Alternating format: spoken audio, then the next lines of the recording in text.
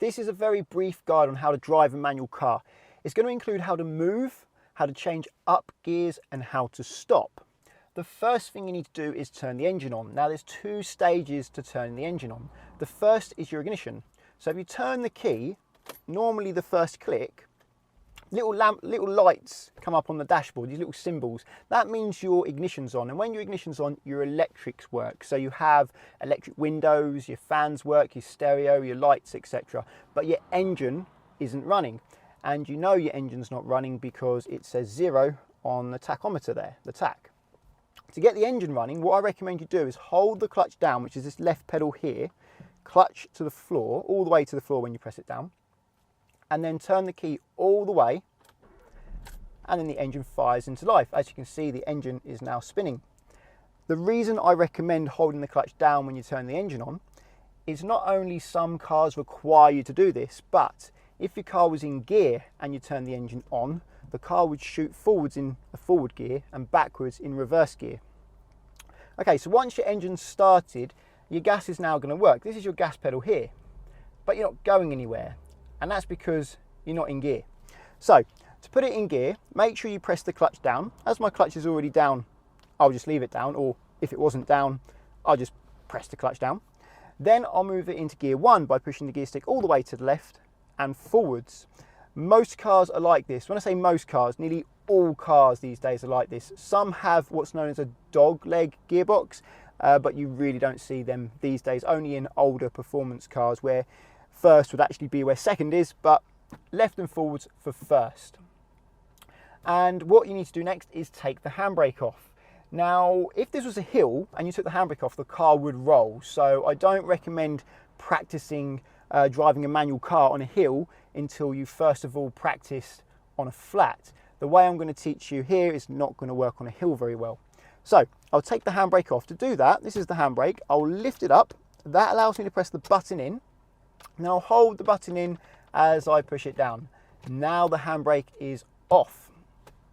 Now I need to set the gas. And what I mean by set the gas is give a little bit of gas so there's a little bit of power. So this is the right pedal. This is my gas pedal. I'm going to press that gently until the revs build up somewhere between 1 and 2,000 RPM. Some underpowered cars may need you to have as much as 2,000 RPM, but most cars are okay somewhere between 1 and 2 as I have now. Practice keeping that steady before you try setting off, because it's quite a hard pedal to keep steady as there is a delay. You move it a bit, it then increases later. You come off the gas a little bit later it goes down. So you end up sort of chasing your tail with it going up and down all the time. So press it a little bit, wait, and it will gradually build up. Normally about the thickness of a pound coin seems to do the job nicely. The next stage is to move. Simply all I need to do is lift the clutch, this left pedal that I'm currently on at the moment, up to the bite point. Now you know when you're at the bite point because the car starts to move. Once I reach the bite point, it's really important that I stay at the bite point. If I continue to lift the clutch, the car will kangaroo up the road or it may stall.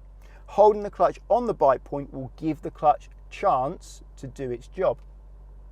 Of course, I'm going to make sure no one's coming before I do that. I'll turn my windscreen wipers on as well, as it is raining here in sunny England. There's a car behind, so just wait for that car to go past. And another car behind, I'm waiting for that one as well. And check my right blind spot to make sure there's no one on my right. And it looks clear now, so I'm going to gradually lift the clutch until the car starts to move. So I'm slowly bringing the clutch up with my heel in the air, and when it starts to move, I'll hold it steady. And I'll put my heel down just so I can support my leg. Now I'm going to hold the clutch steady until the engine starts to go up in pitch and the revs start to rise like they are now. Now I can come fully off the clutch and I'm moving. I'm not moving very fast. I'm not trying to move fast. I'm a learner doing their first lesson, don't forget. And now I want to change up a gear. So to change up a gear, what I need to do is when the revs reach around 2,000, I'm just above 2,000 now, so that means I'm overdue a gear change. I will come off the gas pedal, I'll press the clutch to the floor, I'll move the stick into gear 2, and then I'll gradually come up to the bite point again. So I'll do that now. I'll come off the gas pedal gently, clutch to the floor, move the gear stick to 2, I'll bring the clutch up gradually until I feel the bite point, and when I feel the bite point, I'll hold it there, add a little bit of gas, and gradually come all the way off the clutch. after holding it for about a second or so, just to make sure it's smooth. And now I'm in gear 2. And I want to go to gear 3 as the revs have already gone up to about 2,000. So I'll do the same thing again. I'll gradually come off the gas pedal, clutch all the way to the floor. I'm going to move the gear stick to 3, which is into the middle. Make sure it's properly in the middle, then forwards. That's gear 3. And then I'll bring the clutch up until I feel the bite point. I know the bite point's there because I can feel there's a connection. It starts to slow a bit. And then I'll add some gas as I gradually bring the clutch all the way up. I'm coming up to some temporary traffic lights now, so I'm not going to do the demonstration on how to stop. I'm going to go past these traffic lights and find somewhere else, and I'll be back with you in about 1 second. Okay, now that I've gone past the traffic lights, I can show you how to stop a manual car. It's actually really easy. Just check your mirrors behind you, signal to anyone that you're going to pull over by signalling left. Say I'm going to pull over on the left side of the road. There's no one behind me, so I don't need to do that. All I need to do is cover the brake and clutch. The car starts slowing down, start adding brake to stop where I want to stop, and the clutch must come down and stay down once the revs reach 1,000, like I've just done just there. Line up with the curb, modulate the brake so that you don't stop too early or too late. So I'm just giving myself enough time to line up nicely, then I'll finish the braking and stop completely. And now you cannot come off the pedals. If you were to come off the pedals, the car would stall or shoot forwards. What I first must do is pull the handbrake up, so hold the button in, pull it up. When it's firm, let go of the button, and then it should stay up. And that means I can come off the foot brakes. The handbrake has taken over the work of the foot brake for me, and I must put it into neutral before I come off the clutch. And to know I'm in neutral is I'll put the gear stick in the middle, and to double check, I'll go from side to side. And if I can go from side to side like this, it's in neutral. If it's in gear, it will go from side to side, but not very much. So that's a good way to know you're in neutral.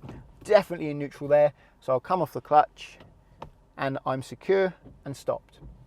I'm going to go quiet now and let you watch me drive. I'm going to move away, go up to second gear, then third gear, and then stop again. That way you can pause and rewind and watch it as many times as you like.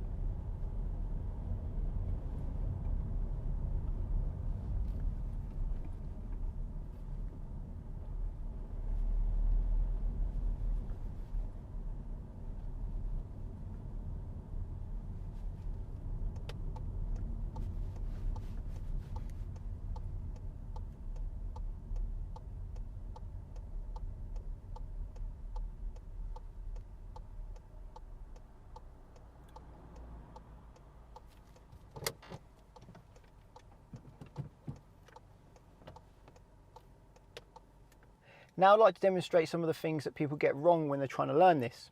The first thing is they don't give enough gas.